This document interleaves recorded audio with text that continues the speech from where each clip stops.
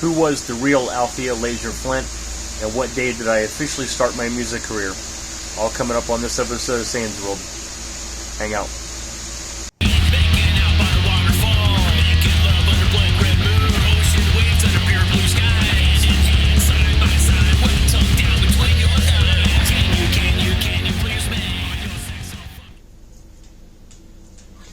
Hello everybody, welcome back to a brand new episode of Say's World. In case you're not sure who I am, my name is Justin Sayn, your host. Also the guitar player from the band Cruella. If you want some more information on the band, check out some stuff I put in the description of this video. I think you can fucking dig it. It's heavy, it's loud, it's fast. Yeah, it's kick-ass. We greatly appreciate it if you check it out. If this is your first time here, please do not let it be your last. If you like what you see, you like what you hear, think about hitting that subscribe button. Hit that like button and hit that notification bell. That way you're notified anytime I upload any new videos for you guys. If you're returning, I absolutely love you guys. My channel has exploded in the last week. I love every single one of you guys. I appreciate you guys. If you're returning, thank you for coming back. This is probably the most personal and probably the most emotional episode that I've ever done. It's been a long time coming. Here's the deal. Most of you who know me, one of the first things you learn about me is that I am the nephew of Larry and Althea Flynt. So before everybody freaks out, let me give you the backstory. Here we go. So, November 6th, 1953, my Aunt Althea was born. She was the last daughter, but the fourth sibling out of 5 to be born, to Richard and June Leasure. I can tell you that because she was the youngest girl, her older sisters, my mom being one of them, were very protective of Althea. Once their last child was born, Richard, Richard and June decided they were done having kids. They had their boy, they're good, and yeah, so no more kids. So Althea, when she was growing up, she was kind of mischievous. I'll just say that. She would kind of go off on her own, and you know, her sisters would kind of find her, playing in the pig pen with the pigs, getting all dirty and muddy, and yeah, she was often kind of missing. But when she was young, she had a really bad case of pneumonia. She almost died, and so her sisters kind of got together, and very, like I said, they were very protective of her. Just made sure she was well taken care of. Unfortunately, when she was 8, their father, Richard, he had issues. He took his gun. He shot his wife June. Shot Althea's grandmother. Shot June's best friend before shooting himself. So the kids are pretty much now homeless. They were shipped to orphanage when they were as they were growing up. And after the orphanage, they kind of were shipped to different relatives' houses. Althea didn't have the greatest experience in the orphanages, and she often ran away. And they would find her, and they would get her back, and she would run away again. They'd find her, get her back, she'd run away. So you kind of see a pattern develop here. When she was 17 years old, she decided she wanted to start dancing, and she ended up dancing at one of the clubs, the Huster Club, owned by Larry Flynt. Larry found out that she was underage, said you can't dance here anymore. You're going to have to come back when you're of age. Althea, on the other hand, was very convincing. Larry kind of took her in, took care of her. They fell in love, and there you go. So with Althea dancing at his clubs, Larry looking after her, Larry decided to promote his clubs by doing a newsletter. The newsletter turned into a full-blown national publication, which turned into a lot of craziness around their lives. So back in 1977, Larry decided that he was going to become a born-again Christian, thanks to the Ruth Carter Stapleton, who at the time was Jimmy Carter's sister, evangelist, and it was just a lot of crazy stuff. So Larry decided to become a born-again Christian. Huster was going to become a totally different thing. Well, guess what? Althea had different plans in mind. This is when she said, Larry, Jesus may have walked into your life, but $1 million a year just walked out. So, with Larry doing his thing, Althea took over Huster for a while, until Larry did his thing, came back, and then Huster became Huster again. So I think it's important to state that, for Althea to become, the publisher of one of the biggest magazines in the world, as young as she was, one of the first females to ever do it, in a male-dominated industry, where obviously, the women are the models and the men are, the men who, take the pictures and, publish the magazine. For a female to be in charge of, one of the biggest magazines in the world at the time, as young as she was, cannot be understated. There's not a whole lot of females that could have done this as well as Althea did, and she was definitely a force to be reckoned with. She was well respected in the industry. Everybody loved her, but she was fierce as hell. She was a feminist, which I'm not going to talk politics in this channel, in this episode, but her and Larry would be sickened by the decision that the government decided to make last week. That's all I'm going to say about it. And in 1978, Larry was in court in Georgia for a obscenity trial when Larry was shot. He was paralyzed from the waist down. And I remember hearing years ago, this is a quote by one of Huster's main photographers. Her name is Suze Randall. She's a legend. She said that when Larry got shot, it paralyzed Larry, but it killed Althea. And looking back, I definitely see that to be true. I know exactly what she meant. Althea took a lot of that pain on, and the rest of the story is what it is. They decided to move their operation west from Ohio. So in 1980, I was able to take my first trip out to Los Angeles, California. You can imagine a kid, growing up in a very, very, very small town here in Ohio, all of a sudden going to Los Angeles. It's a mind fuck.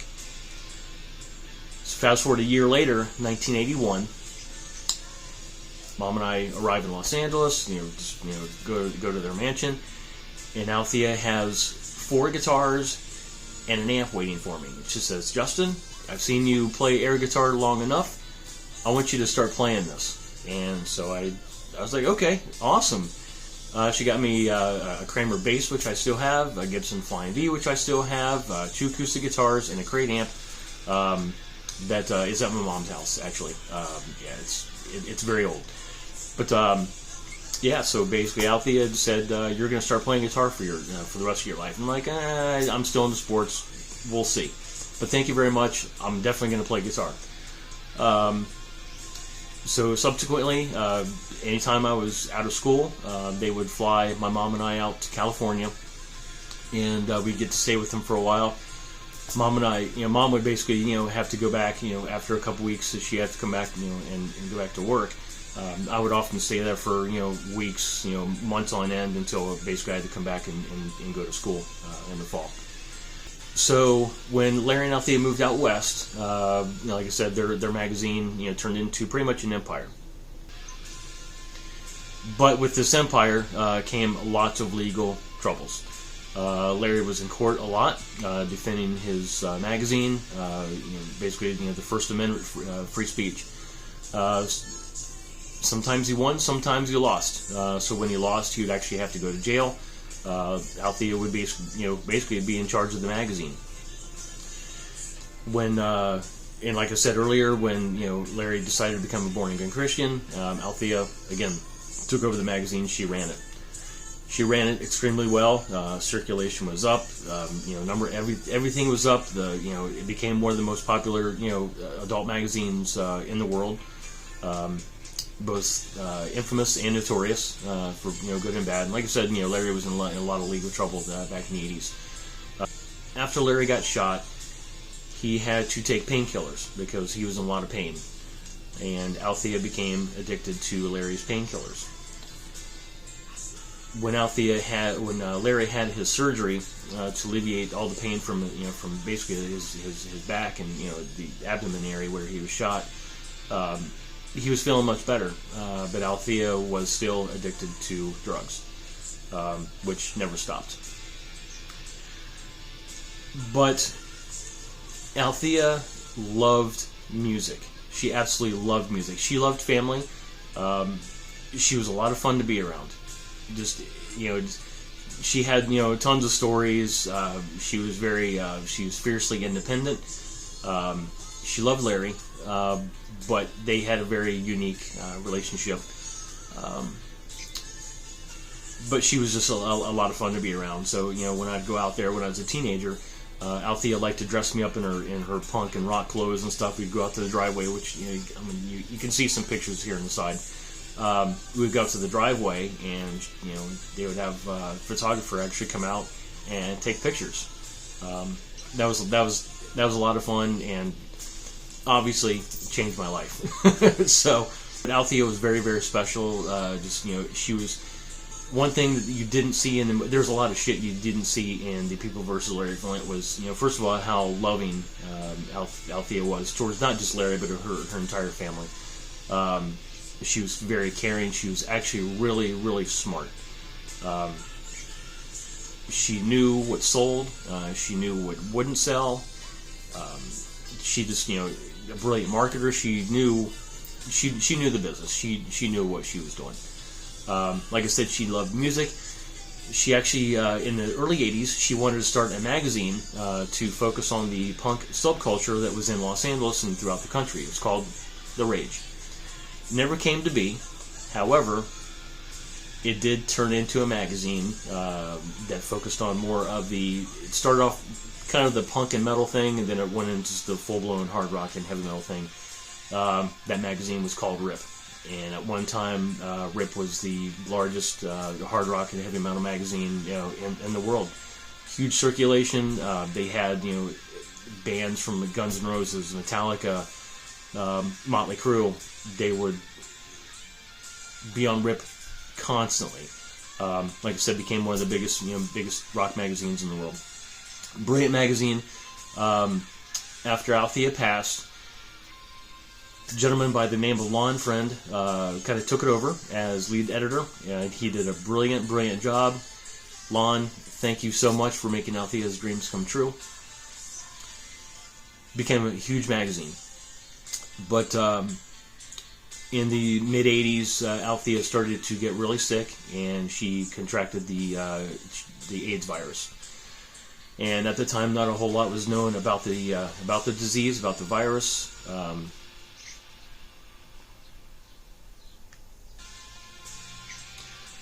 There was not a lot known about the AIDS virus. They obviously still haven't found a cure for it, but it's definitely more manageable now than it was then. She became very sick, and one day she decided to take a bath, and she drew water into the red heart-shaped tub, got in, and drowned. Shortly after, Mom and I got the call that Althea had passed. I don't really remember crying. I believe the mind has a way of protecting you from very traumatic experiences. I've had two, when my dad died and when Althea died, and I don't really remember a whole lot about my reaction when Althea died, except for I had all my music gear, because it was during the summer, I had all my music gear outside in the garage. And I was, at the time, I was, playing music with my friends in the neighborhood. So it was in the garage, and I just kind of, my body just kind of moved into the garage, opened up the door, looked at my music equipment. It was basically just, sitting in the garage, just, sitting up against the wall.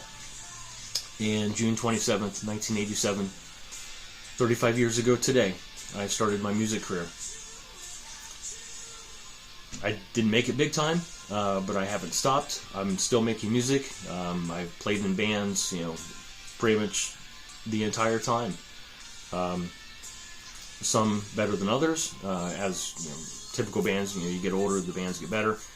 I become a better player.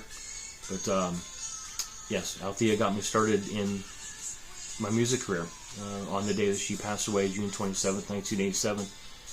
A day does not go by, hell, an hour doesn't go by without me not thinking of Althea. I can't say she was my favorite aunt. I didn't really have any favorite relatives. I loved them all. Althea was definitely very, very special. She was instrumental in a lot of what I became. Because of her drug use, I learned what not to do. Watching someone you love waste away to under 90 pounds is very, very sad. It's very sad to see.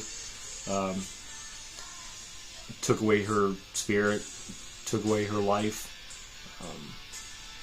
But those who know her best, just they miss her tremendously. She had a really good energy about her. She had a great laugh, a great smile. She was gorgeous. She had everything going for her. But we miss her very, very much. So one of the stories that I learned growing up was that Althea was around the rock and punk scene in the Los Angeles area, big time. She'd often go to all the clubs, see all these bands that were, coming up. One band in particular was Motley Crue. She got to become friends with the guys in the band. She would invite the band, to their house up in Bel Air to hang out, party, do their thing, basically. Of course, Motley would stay for days because it was a really cool house. There's definitely a lot to do. And yeah, basically, Larry and Althea say, okay, you guys need to go home now.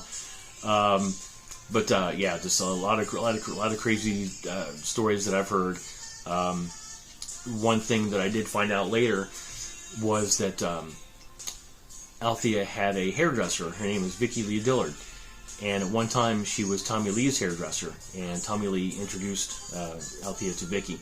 So yeah, Althea got her hair done by this lady, and yeah, Althea always looked badass. She always looked killer. One time when she got into the punk scene, she had earrings done, and she had her nose pierced, and she had the chain that came down. So now it's more popular than ever. Rachel Wolin from Skid Row had it done. Jane Child, which you may not remember her. She had like a couple of hits back in the late 80s, like mid to late 80s. And she had the same thing done. But yeah, Althea had great style, great fashion. She always looked great. She was very classy. That's something else that wasn't in the movie. Basically, you see Courtney Love in all these different colored hair, just very, very not like Althea. Althea did not dress like that. She definitely had her punk scene. She definitely had her punk look, but it wasn't anything like it was in that movie. No. And she had a mohawk. She had a really nice mohawk. It was pretty cool.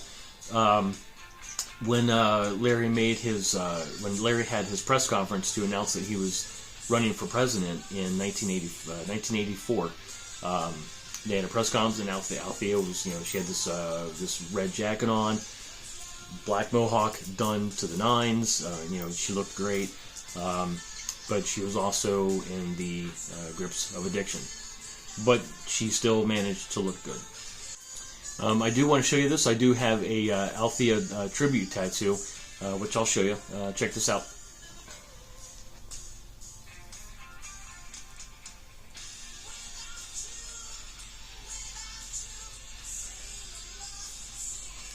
See that?